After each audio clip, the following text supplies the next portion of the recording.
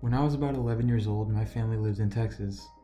Since I was the new kid on the block, it was just another cliche that Dakota, the neighborhood bully, started focusing on me.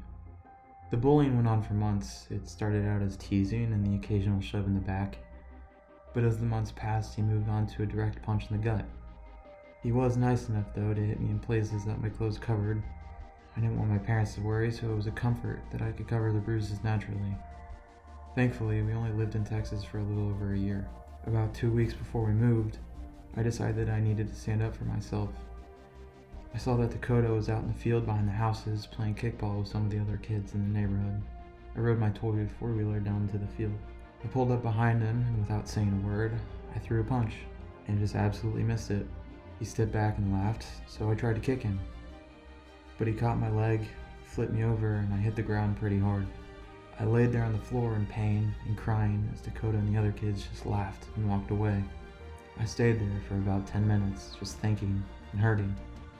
But I picked myself up and got back in the four-wheeler and just drove to the end of the road. There was a clearing there, and I sat there until the sun came down. After, I drove home, smiled at my parents, cleaned myself up, and then went to bed. I think about that day all the time, especially the time in the clearing. I promised myself that I would never feel that weak again, that powerless again. I trained myself to defend myself, and I also realized that there will always be bullies in the world, but there has to be people who feel the strength to stand up to them too.